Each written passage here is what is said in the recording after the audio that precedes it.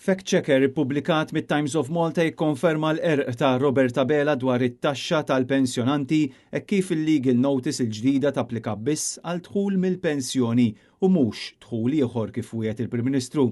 Fil-fatt, anke dan il-fact checker huwa prova tal-gidba ta' Robert Abela li qarraq bil-pensjonanti b'mod sfaċċat. It-Times tispjega kif l-avviż legali biddel biss il-massimu ta' dħul minn pensjoni li issa mhux taxxabbli.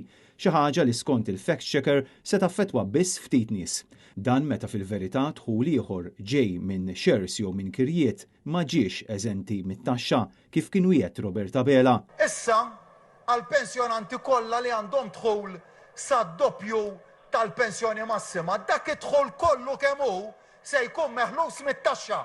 Kollu kemm hu. U għalhekk il-Times qed tgħid bla tlaqli li din il-wiegħda tal-Labour mal-pensjonanti kienet qarrieqa.